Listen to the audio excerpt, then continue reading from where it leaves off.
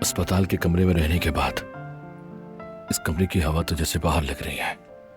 मैंने तुम्हारे लिए कमरे में गुलाब के फूल रखवा दिए थे। ये उन्हीं की खुशबू है। ये खुशबू तुम्हारी है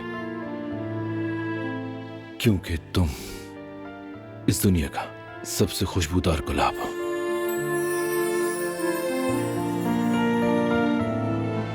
वो दिन कितना मुश्किल था जिस दिन हमें इस घर से जाना पड़ा। उसी दिन अपने घर वालों से अलग हुआ। मगर तुम देखो अब मैं कहां हूं। कहां है हम गुल?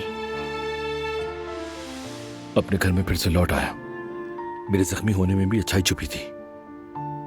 ऐसा मत कहो फराद। अगर तुम्हें कुछ हो जाता तो मैं क्या करती?